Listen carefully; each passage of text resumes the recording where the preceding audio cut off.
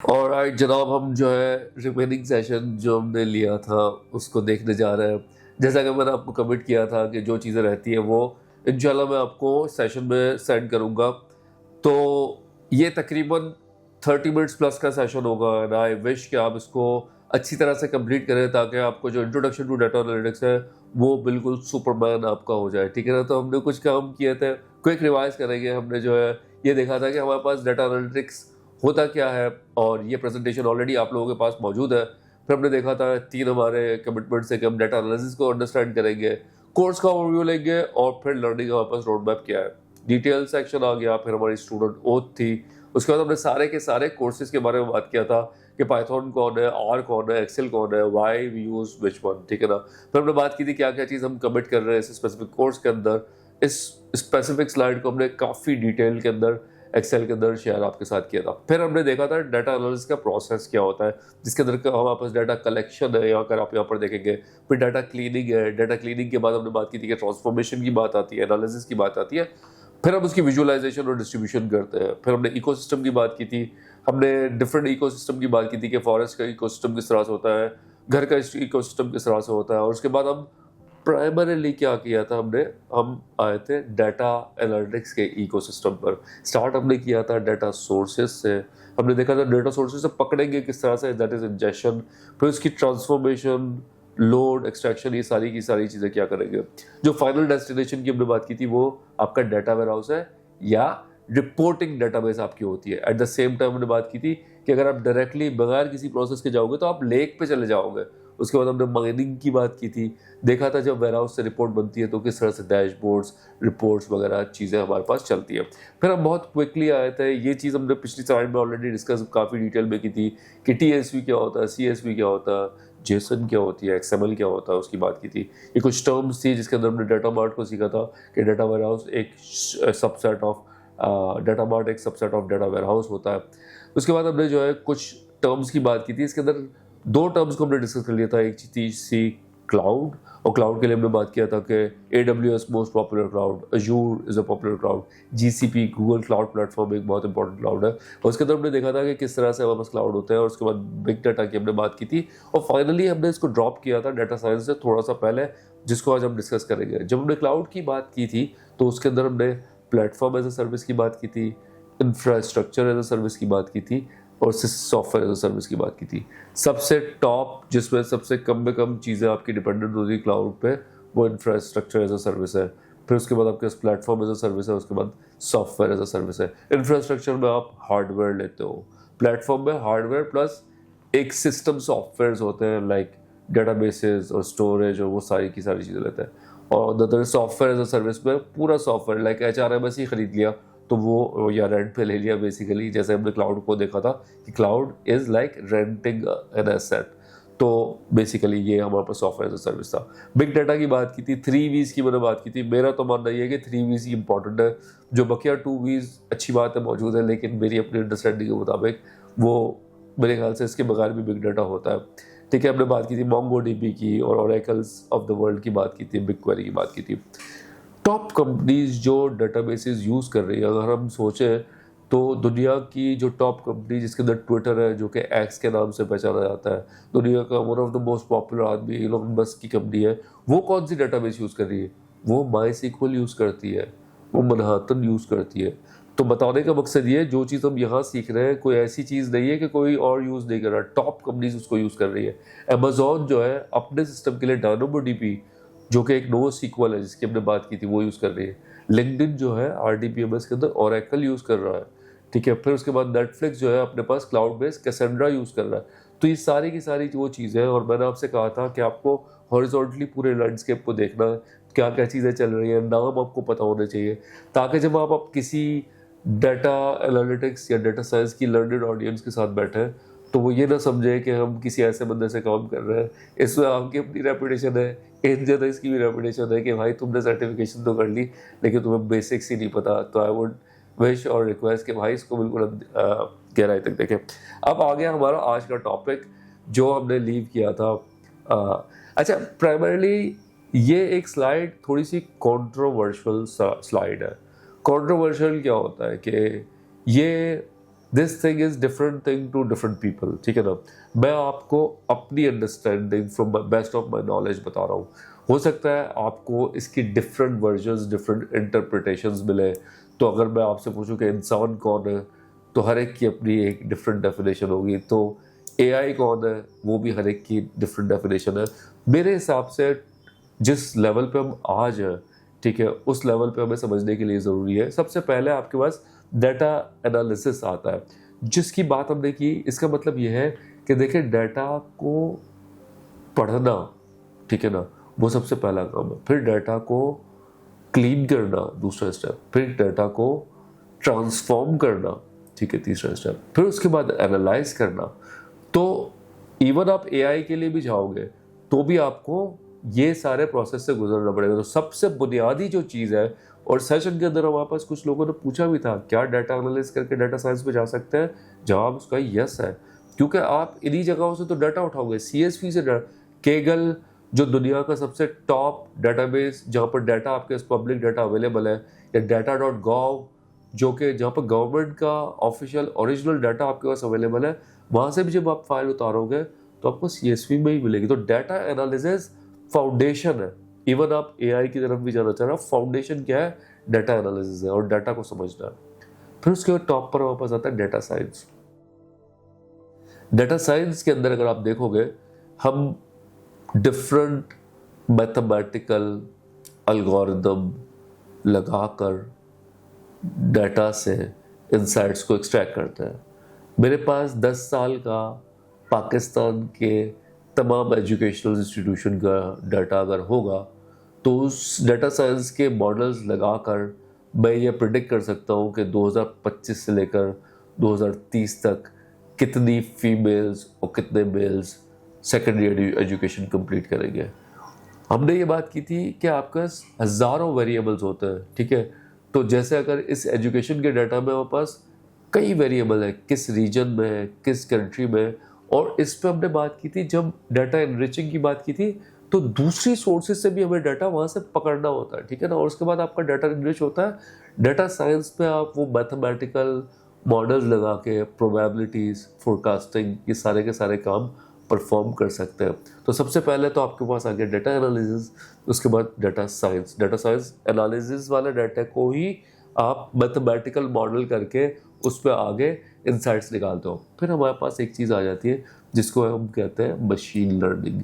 जब भी आप मशीन लर्निंग की बात करेंगे, मशीन लर्निंग के अंदर प्राइमरीली तो मैथमेटिकल मॉडल लगते ही हैं, ठीक है। न्यूरल नेटवर्क्स की अगर हम बात करें, या कन्वोल्यूटेड न्यूरल नेटवर्क्स की बात करें, वो पीछे बैकएंड पे मैथमेटिकल ही आपके पास प्रोसेसिंग कर रहे होते हैं। लेकिन जैसे जैसे डाटा बढ़ता जाता है, वो लर्निंग करता जाता है। एक छोटी सी एग्जांपल है मशीन लर्निंग की, कि आज अगर आप यूट्यूब में स्टार्ट करेंगे और यूट्यूब में आपको इस्लामी प्रोग्राम देखेंगे, तो वो आपको उसी से रिलेटेड आगे प्रोग्राम्स दिखाता रहेगा। अगर आप कोई फिलॉसफी की बात करेंगे, एक बहुत इंपॉर्टेंट टर्म यूज़ होती है जिसको हम कहते हैं सोशल बबल। आपको पता है मेरा पसंदीदा जो सॉफ्टवेयर वो एक्सेल है, और मैं नॉर्मली इसके अंदर वाइट बोर्ड के तौर पे यूज़ करता हूँ। तो मैं एक्सेल स्टार्ट कर रहा हूँ ताकि कुछ जो इंपॉर्टेंट टर्म्स हैं जो मैं आपको बता सकूँ, जो प्रेजेंटेशन में नहीं है। एक बहुत इंपॉर्टेंट टर्म आजकल यूज़ हो रही है जिसको हम कहते हैं सोशल बबल। अब सोशल बबल क्या है? अगर आप मिसाल के तौर पर जहनी तौर पर परेशान हैं और आप डिप्रेशन पे वीडियोस देखना शुरू करेंगे, यूट्यूब आपकी जान को आ जाएगा। जब भी खोलेंगे वो आपको डिप्रेशन की वीडियो दिखाएगा। तो बचपन में मैंने मतलब, और आपको देखे हर आपके डिफरेंट फेजेस होते हैं लाइफ के। मैंने एक, और लोग इसको सही समझते नहीं भी समझते, मैंने एक ज़माने में थेरेपी ली थी, ठीक है। तो मेरे जो थेरेपिस्ट थी उन्होंने मुझे बताया कि भाई ये जो खुद को तुमने नाम दे दिए ना फला फला, वो सबसे पहले तो नाम हटाओ अपनी ज़िंदगी से, क्योंकि आप अपनी पर्सनालिटी। तो इसी तरह सोशल बबल भी क्या होता है कि आप मशीन लर्निंग के, मशीन को पता है कि भाई नूर तो जब भी आता है वो एआई को ढूंढता है, और वो फलाना को ढूंढता है, साइकोलॉजी को ढूंढता है। तो नूर को वही चीज़ दिखाएगा, वो मुझे कोई ट्रम्प की वीडियो नहीं दिखाएगा, ठीक है ना। बजाय सिर्फ इस वजह से वो एक आध ट्राई ज़रूर मारेगा। और जैसा कि हमने सेशन में देखा था कि चैट जीपीटी आपको जानता है, इसी तरह से गूगल भी आपको जानता है। सारे वेरिएबल्स गूगल के पास स्टोर्ड होते हैं। तो हम आ जाते हैं दोबारा से अपनी कहानी की तरफ, तो मशीन लर्निंग का मतलब ये है जैसा आप उसको डाटा दोगे, और ऐसा नहीं कि सिर्फ नूर का डाटा। जिस वक्त मैं सर्चिंग कर रहा हूँ, हज़ारों लोग उसको सर्च कर रहे हैं, तो अगर मेरी एक वीडियो कोई आई हुई है और वो देखेंगे कि भाई इस प्रोफाइल के लोग इस वीडियो को देख रहे हैं, बाकी भी उस प्रोफाइल के लोगों को वो वीडियो दिखाएगा, तो that is basically machine learning. अच्छा, एआई जो है मशीन लर्निंग से थोड़ा सा मुख्तलिफ है। लोग समझते हैं कि मशीन लर्निंग का पार्ट है, लेकिन एआई थोड़ा सा डिफरेंट एनिमल है, ठीक है ना। एआई के अंदर हमारे पास जो दुनिया में माना जाता है 7 स्टेजेस है, और हम इस वक्त 4th स्टेज पर है, और उसकी हम किसी वक्त बात करेंगे। देखिए, एआई की जब भी हम बात करते हैं तो आर्टिफिशियल इंटेलिजेंस जो है बेसिकली प्राइमरीली एक एजेंट होता है, ठीक है ना। एजेंट से क्या मतलब है, एक रिसोर्स, जैसे मैं एक एजेंट हूँ, आप एक एजेंट हो, मैं आपसे एक बात कर रहा हूँ, तो आप एजेंट जो है ना टेक्स इनपुट, ठीक है ना। एजेंट क्या करता है, इनपुट लेता है। अभी जो मैं आपसे बात कर रहा हूँ, मैं एक आपको इन्फॉर्मेशन दे रहा हूँ, आप उससे इनपुट ले रहे हो, ठीक है ना। And based on their own perception, अच्छा, अगर मिसाल के तौर पे मैं आज की तारीख में आपको जॉन एलिया का कोई शेर गुजार सुना दूँ, तो अगर आप इश्क के किस मरहले पे हैं, you might perceive that share in a different value, right.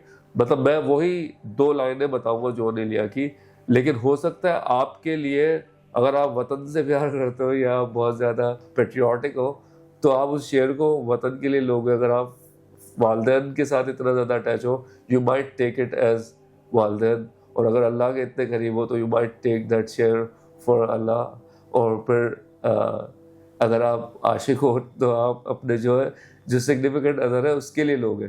तो बॉटम लाइन ये है कि एजेंट इनपुट तो वो ही लेगा, लेकिन उसकी जो परसेप्शन है उसकी बेसिस पर वो आपको आउटपुट देता है। Based on their own perception gives output. तो ये बेसिकली प्राइमरली जो एआई होता है वो ये करता है। तो जैसे एआई के अंदर बहुत सारे, बचपन में जो एआई आता था वो डिसीजन बेस्ड एआई था, उसका मशीन लर्निंग से कोई भी ताल्लुक नहीं था। डिसीजन बेस्ड एआई क्या होता है, एक एआई को हमने सिखा दिया तुम चेस खेलो और दुनिया के बेहतरीन चेस प्लेयर बन जाओ, ठीक है, उसको उसके अलावा कुछ भी नहीं पता। तो इनपुट्स आप उसको जो भी दोगे, तो अपने परसेप्शन जो उसने सीखा है उसकी बेसिस पर वो आपको जवाब देगा। अगर आपने एक चीज़ सुनी हो कि आपके पास एक चीज़ होती है जिसको हम कहते हैं डार्क वेब, ठीक है। डार्क वेब वो जगह है जहाँ पर दुनिया की सबसे मतलब ख़तरनाक और नॉन लीगल चीज़ें वहाँ पर मौजूद होती है। तो उस स्पेसिफिक जगह पर, जैसे हम आज चैटबॉट देखते हैं, चैटबॉट के अंदर अगर मैं कोई ऐसा सवाल करूँगा जो उन्होंने रोका हुआ है, जिसको हम कहते हैं गार्ड रेल्स, ठीक है, अगर उन्होंने रोका हुआ है तो चैट जीपीटी या दूसरे मुझे जवाब नहीं देंगे। लेकिन अगर मेरे पास डार्क वेब में बहुत सारे चैट जीपीटीज अवेलेबल है, उनसे मैं वही सवाल करूँगा तो मुझे जवाब देगा, क्योंकि उसकी अपनी एक परसेप्शन क्रिएट है जिसकी बेसिस पर जवाब देगा। तो एआई प्राइमरली एक एजेंट होता है, और एजेंट एक इनपुट लेता है, उसकी बेसिस पर परसीव करता है, और परसीव की बेसिस पर वो आपको आउटपुट देता है। तो अब तक की जो इंसानों की परसेप्शन है, जिसको हम हिस्से भी कहते हैं, देखिए साइट एक परसेप्शन है, हियरिंग एक परसेप्शन है। तो आपने देखा होगा, हम बात वही कर रहे हैं, अगर कोई बंदा ऊंचा सुनता है तो he might not understand your thing, right, क्योंकि उसकी परसेप्शन उतनी क्लियर नहीं है। सिमिलरली अगर वो दिमागी तौर पे इतना ज़्यादा एजुकेटेड या लर्नड नहीं है, तो ही और she might not understand your thing. Taste एक परसेप्शन है, स्मेल। तो एआई भी बिल्कुल इसी तरह से है कि आपने इनपुट दिया और जो उसके परसेप्शन है उसकी बेसिस पर उसने अपनी पिछली नॉलेज को भी यूज़ करते हुए आपको आउटपुट दिया, ठीक है ना। जो आज से 6 महीने पहले मैं सेम ही ट्रेनिंग दे रहा था, 6 महीने पहले आपके पास एआई के पास सिर्फ विजुअल था, ऑडिटरी था, टेक्सचुअल था और टैक्टाइल था। ये 4 तरह की परसेप्शंस आपके पास अवेलेबल थी, ठीक है ना। मैं आपको क्विकली बता दूं, विजुअल का मतलब एआई उस वक्त देख सकता था आज से 6 महीने पहले, और अब शायद 7-8 महीने पहले की बात कर रहा हूँ। ऑडियो भी सुन सकता था, टेक्स्ट को भी पढ़ सकता था, और आपके पास रोबोटिक जो होता है टैक्टाइल में, जैसे अगर मैंने इस माउस को उठाया तो बेसिकली ये काम एआई आज से 6 महीने, आज की तारीख में इमोशनल रिकॉग्निशन भी कर सकता है, कॉन्टेक्सचुअल अंडरस्टैंडिंग भी कर सकता है। कॉन्टेक्सचुअल अंडरस्टैंडिंग क्या होती है, एक बहुत ही इंपॉर्टेंट एरिया है एक एआई के अंदर, जिसको हम कहते हैं स्पेशल एआई। स्पेशल वो वाला स्पेशल नहीं, ये दूसरा वाला टी वाला स्पेशल है। इसका मतलब ये है कि उसको जगह की नॉलेज है। ये मेज या एक लैपटॉप मुझसे कितना दूर है स्पेशल एआई को पता है, उसी की बेस पे रोबोटिक्स वगैरह काम कर रही है। अगर आप अभी आज की तारीख में मेटा के ग्लासेस को ढूंढो तो आज की तारीख में मेटा के ग्लासेस आप अगर चाइनीज़ में बोल रहे हो वो मुझे बता देगा कि इसका इंग्लिश में या उर्दू में मतलब क्या है, और मैं आपको जवाब दूंगा तो it might actually talk to you in Chinese. तो वो पॉसिबल आज की तारीख में। तो advance emotional recognition, contextual understanding, decision making, ये सारा का सारा काम आज की तारीख में एआई कर पा रहा है, और भी इससे आगे हमारे पास डेफिनेटली जाना है, ठीक है ना। फिर हम आते हैं एक बहुत इंपॉर्टेंट टॉपिक पे। हमने एक असाइनमेंट की बात की थी एंटरप्राइज एप्लीकेशन की, कि आपको किसी न किसी कंपनी में जाना था और उसके सिस्टम्स को देखना था। हम देखने ये जा रहे हैं कि 2 सिस्टम्स को आपको आइडेंटिफाई करना था कोई भी, और उसके अंदर आपको अंडरस्टैंड ये करना था इन 2 सिस्टम्स के अंदर प्राइमरीली आपको ये देखना था कि कौन कौन से टेबल्स हो सकते हैं। जैसे हमने फूड पांडा की एग्जांपल ली थी, उबर की एग्जांपल ली थी। तो एंटरप्राइज एप्लीकेशन बेसिकली वो एप्लीकेशन होती है जो किसी भी एंटरप्राइज में चलती है। आप किसी छोटे से छोटे रेस्टोरेंट में जाते हो, तो अगर मैं उसके सिस्टम्स को आइडेंटिफाई करूँ तो सबसे पहला पॉइंट ऑफ सेल या पीओएस होता है, जहाँ से आपकी स्लिप निकलती है क्या खाना भाई आपने खाया, कितने पैसे आपके बने। उसके बाद आपस इन्वेंट्री मैनेजमेंट होती है कि बन कबाब के बन कितने पड़े हुए हैं, या फिले कितने पड़े हुए हैं, चिकन कितना पड़ा हुआ है। इन्वेंट्री मैनेजमेंट का सॉफ्टवेयर होता है। फिर डिलीवरी और ऑनलाइन के सॉफ्टवेयर होता है। बहुत सारे रेस्टोरेंट्स हैं जो डिलीवरी आपको खुद कर रहे होते हैं या पर डे से भी कर रहे होते हैं, ठीक है ना। फिर आपका टेबल रिजर्वेशन का होता है। बहुत सारे रेस्टोरेंट में जाए वो बताता है टेबल नंबर 6 खाली है, आप उसमें जाते हो, टेबल रिजर्वेशन सिस्टम।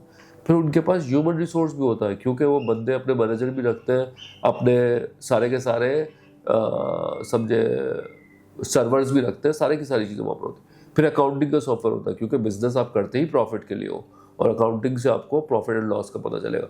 तो एक छोटा सा रेस्टोरेंट है, इसके अंदर आप देखें 6 सिस्टम हमने बैठे बैठे आइडेंटिफाई कर लिए। इसी तरह से अगर आप किसी मैन्युफैक्चरिंग इंडस्ट्री के अंदर जाते हो तो वहाँ पर ERP होता है, मैन्युफैक्चरिंग मैनेजमेंट सिस्टम होता है, फिर क्वालिटी का सिस्टम होता है। तो बहुत सारे सिस्टम्स आप किसी भी ऑर्गेनाइजेशन में जाओगे तो आपने आज से अगले 3 महीनों तक जिस भी जगह आप जाएं, आपने देखना है सिस्टम्स कौन से चला रहा होगा, उसमें डाटा क्या स्टोर कर रहा होगा।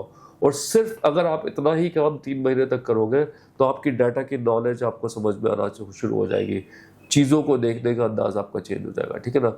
तो ये हो गई हमारे पास चीज़, ठीक है। फिर एंटरप्राइज के अंदर जब सिस्टम्स होते हैं तो उनकी एंटरप्राइज की एनालिसिस होती है। एक तो हमने डाटा एनालिसिस का पूरा प्रोसेस देखा, लेकिन किस किस तरह की एनालिसिस हम कर सकते हैं उसकी हम बात करते हैं। एनालिसिस के अंदर हमारे पास जो पहली एनालिसिस की टाइप होती है वो डिस्क्रिप्टिव एनालिसिस होती है। डिस्क्रिप्टिव के अंदर क्या होता है कि आप ये बताते हो, मिसाल के तौर पे मैं ये देखूं कि इन जेनेक्स के अंदर कितने स्टूडेंट्स ने अब तक पढ़ लिया, वो एक डिस्क्रिप्टिव एनालिसिस का पार्ट है। अगर मेरे पास जो लोग पढ़े हैं उसमें सबसे ज़्यादा एज का बंदा कौन था, ठीक है, कितने लोग हमारा कोर्स कंप्लीट कर रहे हैं, किस बंदे ने सबसे हाईएस्ट मार्क्स अचीव किए। अगर मेरे पास ये डाटा पहले की सैलरी और मार्केट की सैलरी का, किस बंदे ने सबसे ज़्यादा अपग्रेड किया, ये सारा डिस्क्रिप्टिव स्टैटिस्टिक्स का हिस्सा है। डिस्क्रिप्टिव स्टैटिस्टिक्स सिर्फ जो वाकयात हो चुके हो तो उस पर चलता है। तो पाकिस्तान की पॉपुलेशन क्या है, एवरेज एज क्या है, कितने साल का कितना बच्चा हमारे पास है, कितने साल का कितने एडल्ट्स हमारे पास है, ये सारी की सारी चीज़ें आप डिस्क्रिप्टिव स्टैटिस्टिक्स के अंदर परफॉर्म करते हो। तो ये पहला एंटरप्राइज एनालिसिस का स्लैब है। अब दूसरे स्लैब की तरफ आते हैं, डायग्नोस्टिक एनालिसिस। डायग्नोस्टिक 2 चीज़ों के लिए हम करते हैं, कुछ अच्छा हो गया तो भी हम डायग्नोस करते हैं, कुछ बुरा हो गया तो भी डायग्नोस करते हैं। ऐसा नहीं होता कि अचानक कोई पुराना रिश्तेदार हमारे पास आ जाए, कभी बात नहीं कर रहा होता, ठीक है, आ गया, हम बोलते हैं यार ये डायग्नोस तो करो कि ये आया है तो आया क्यों है हमारे पास, ठीक है ना। वो डायग्नोस्टिक एनालिसिस का पार्ट होता है। इस तरह से अगर आपकी सेल है, हर महीने आप 5 लाख की सेल कर रहे हो, अचानक एक महीने 8 लाख की सेल हो गई, आप देखोगे कि भाई क्यों हुई 8 लाख की सेल, ताकि हम हर महीने यही काम करें, हर महीने 8 लाख कमाएं। इसी तरह से जब आपके पास लॉस होता है तब भी आप डायग्नोस्टिक करते हो। मैंने काफ़ी अरसे तक 150-200 लेबर्स के साथ फैक्ट्री को पूरा रन किया है। तो उसके अंदर हम देखते थे वेस्टेज क्यों ज़्यादा आ गई, ठीक है, वो डायग्नोस्टिक एनालिसिस है कि वेस्ट हो गया माल हमारा, इतना नुकसान हो गया, क्यों हुआ, दैट इज़ डायग्नोस्टिक। तो डिस्क्रिप्टिव वो है जो हो चुका है, उस पर हम स्टैटिस्टिक्स अप्लाई करते हैं। डायग्नोस्टिक कोई वाक़या हुआ है और उसकी बुनियाद क्या है, वो डायग्नोस्टिक का पार्ट है। फिर प्रिडिक्टिव है, अच्छा भाई ठीक है, पिछले रमज़ान हमने इतने नॉरस की बोतलें या रूह अफ़ज़ा बेचे थे, इस रमज़ान हम कितना बेचेंगे, ये आपका प्रिडिक्टिव है। तो जो इम्तियाज़ ऑफ द वर्ल्ड है, चेज़ ऑफ द वर्ल्ड है, वो ये प्लान करते हैं कि भाई हम कितना ही कपड़ा ख़रीदें, कितनी ही रूह अफ़ज़ा ख़रीदें ताकि वो बिक जाए, ठीक है। अगर आप ज़्यादा रूह अफ़ज़ा ख़रीद लोगे तो सर्दियों में आपसे कोई भी नहीं ख़रीदेगा, ठीक है ना। उसके बाद हमारे पास प्रिस्क्रिप्टिव एनालिसिस है। तो अगर हम 30 सेकंड के लिए सोचें, आपके हिसाब से प्रिस्क्रिप्टिव एनालिसिस क्या चीज़ होती है?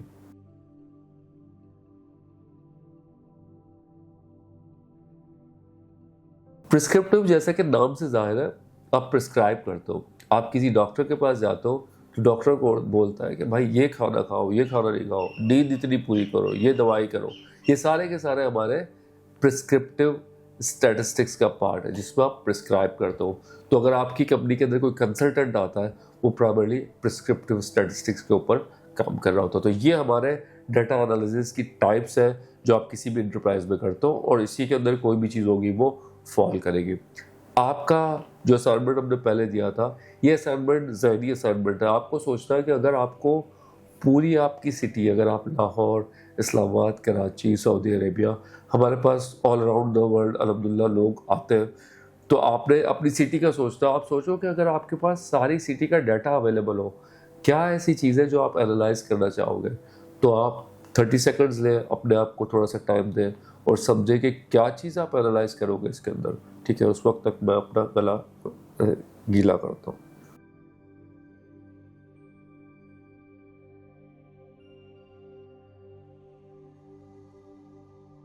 तो अब आपने ये सोच लिया कि सिटी का अगर सारा डाटा आपके पास अवेलेबल है, क्या एनालाइज करोगे। डाटा एनालिस्ट का काम यही होता है कि आपने देखना डाटा क्या अवेलेबल है, उससे एनालाइज क्या करना है। तो थ्रू आउट द कोर्स जो आप टूल्स सीखोगे, टूल्स बहुत इंपॉर्टेंट है, लेकिन टूल्स को इस्तेमाल कैसे करना है, that is this data analysis, ठीक है। अच्छा, अब हमने जब बात की थी तो हमारे पास डाटा की डिफरेंट टाइप्स थी, ठीक है ना, और उसकी अभी हम बात कर लेते हैं। सबसे पहला जो हमारे पास डाटा का टाइप है वो स्ट्रक्चर्ड डाटा है। जैसे हमने डाटा बेसिस की बात की जिसके अंदर टेबल्स होते हैं, ये एक स्ट्रक्चर्ड टाइप का डाटा है। मतलब एम्प्लॉई आईडी, एम्प्लॉई का नाम, एम्प्लॉई की सैलरी, ये सारा का सारा स्ट्रक्चर्ड फॉर्मेट में आपके पास अवेलेबल है। इसी तरह से अगर आप स्टूडेंट की आईडी, स्टूडेंट का नाम, स्टूडेंट के मैथ, उर्दू, इंग्लिश के मार्क्स, ये स्ट्रक्चर्ड डाटा है। इसमें रॉज एंड कॉलम्स है।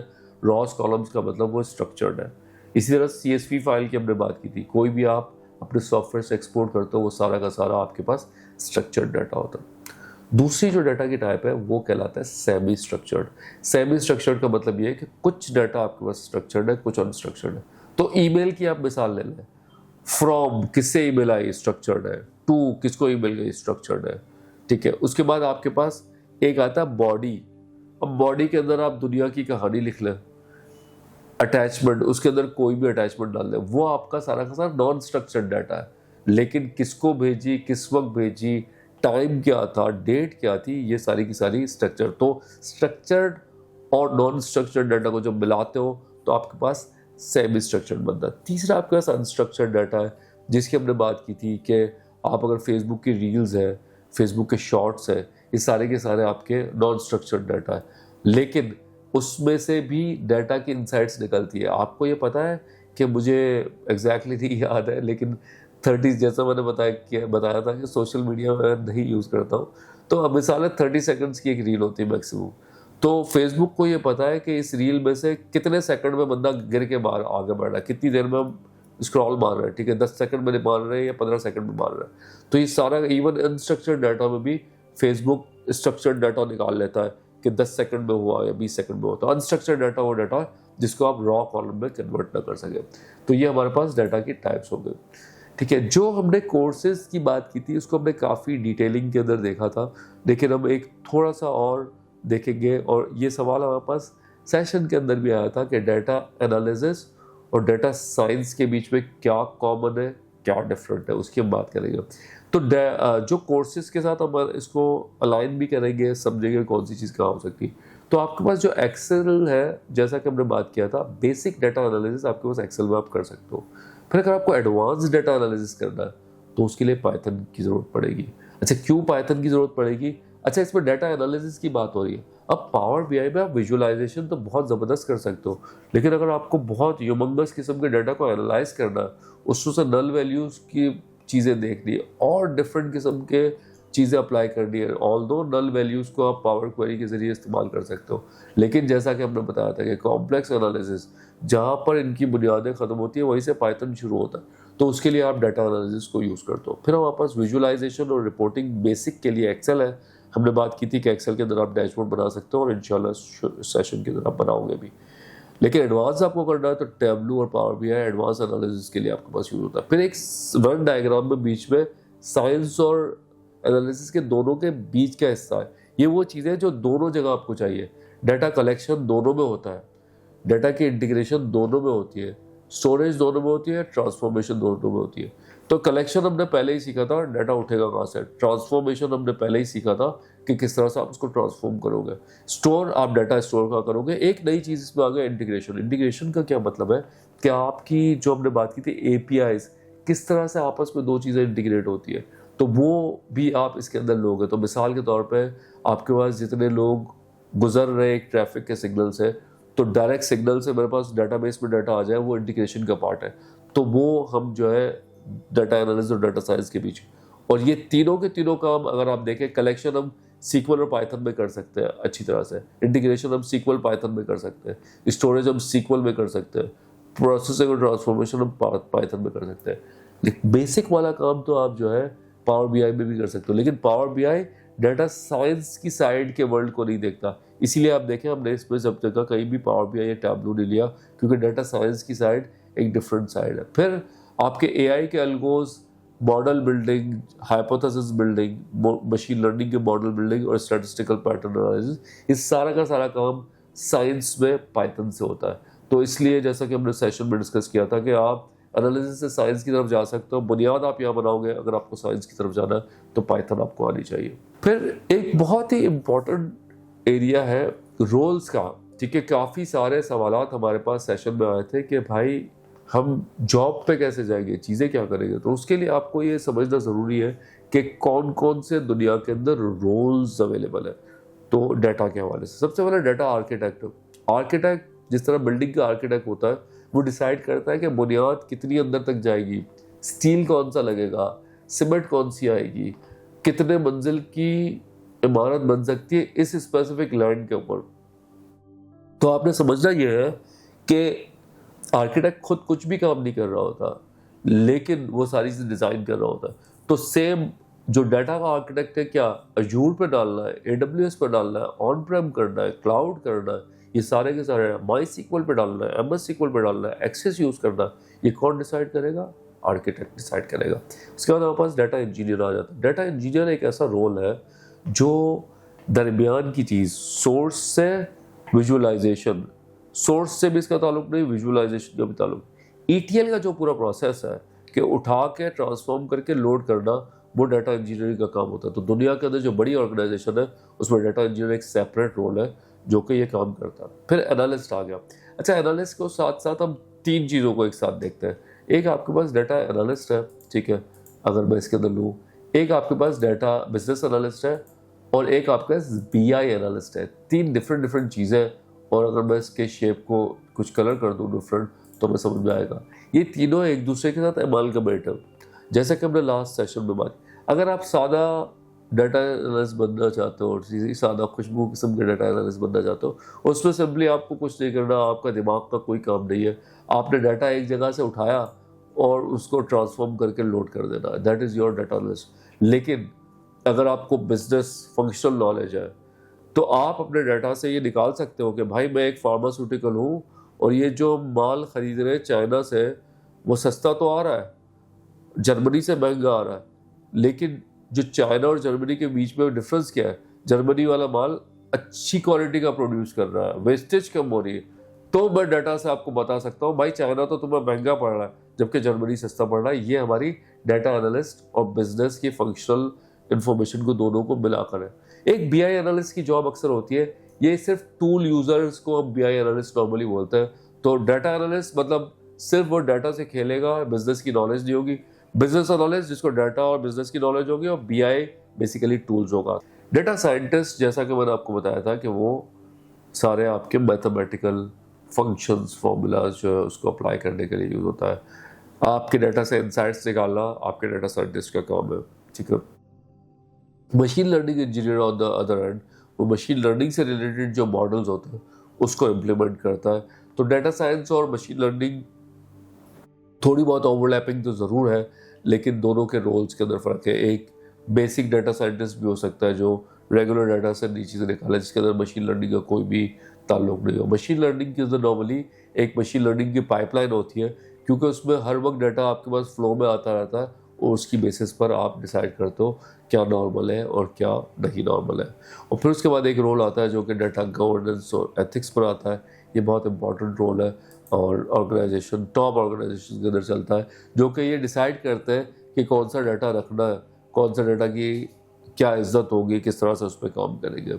तो हम इस स्टेप अहेड बढ़ते हैं और डाटा एनालिसिस का प्रोसेस हमने ये पहले भी डिस्कस किया है। जस्ट टू रीइटरेट हम देखते हैं कि हम आइडेंटिफाई, जब भी आप डाटा एनालिसिस में जाते हो तो सबसे पहला स्टेप क्या है, आपको तो प्रॉब्लम आइडेंटिफाई। ये नहीं कि आपने ऐसे ही दिल चाहा और आपने कुछ एनालाइज करना शुरू कर दिया। प्रॉब्लम क्या है आपका? प्रॉब्लम ये है कि मुझे सेल्स बढ़ानी है। प्रॉब्लम क्या है आपका? एक्सपेंस कम करना है। प्रॉब्लम क्या है? ये फला आइटम की जो है सेल कम क्यों हो गई, ठीक है। प्रॉब्लम क्या है आपका? यार हमारे लोग इमिग्रेशन करके बाहर क्यों जा रहे हैं, ब्रेन ड्रेन क्यों हो रहा है। तो ये सारे प्रॉब्लम्स है, ठीक है ना। आपको सबसे पहले तो प्रॉब्लम की आइडेंटिफिकेशन। अब उस प्रॉब्लम से रिलेटेड डाटा आपको चाहिए। अब लोग माइग्रेट करके जा रहे हैं तो उससे रिलेटेड डाटा क्या है कि लोग किस तरह से माइग्रेट करके जा रहे हैं, कौन सी कंट्रीज में माइग्रेट करके जा रहे हैं। उसके बाद जो डाटा हमारे पास आएगा उसकी हम क्लीनिंग करेंगे, उसकी प्रेपरेशन करेंगे जो हमने पहले बात की, फिर उसको एनालाइज करेंगे। हाँ भाई, जो है डाटा मेरे पास आया है वो रिजल्ट दे सकता नहीं दे सकता, नहीं होगा मैं दोबारा से, अगर जब मैं डाटा एनालाइज करूंगा दोबारा से मैं जो है कलेक्शन ऑफ डाटा की तरफ जा सकता हूँ, ठीक है ना। उसके बाद वापस इंटरप्रेट हम रिजल्ट्स करेंगे और उसके बाद कम्युनिकेशन करेंगे, जो हमने पहले भी देखा है। और जो हम नॉर्मली बात कर रहे होते हैं एज अ डाटा एनालिस्ट, एक तो आपका टूल्स है जिसके अंदर एक्सेल है, पावर BI है, टैबलू है, वो आपको पता होना चाहिए। लेकिन अगर आप बहुत ही चीते किस्म के डाटा एनालिस्ट बनना चाह रहे हो तो आपको क्वेरी लैंग्वेज जो हमारे कोर्स का हिस्सा है SQL का, उसमें DML, DDL, QL और SPs का आना चाहिए। और प्रोग्रामिंग लैंग्वेज में से R या पाइथन का आना ज़रूरी है जो हमारे प्रोग्राम का हिस्सा है। और बहुत ही अगर आप प्रो लेवल पे हो तो शेल प्रोग्रामिंग एक चीज़ होती है, वो भी आपको आनी चाहिए, ठीक है ना। तो इस पूरे सेशन के अंदर जब से हमने स्टार्ट किया और एंड किया, हमने पूरा end to end data analysis को नेविगेट किया। और जैसा कि मैंने आपसे कमिट किया था कि मैं आपको जो रिमेनिंग पार्ट है वो भेज दूंगा, तो मेरा कमिटमेंट यहाँ होता है पूरा।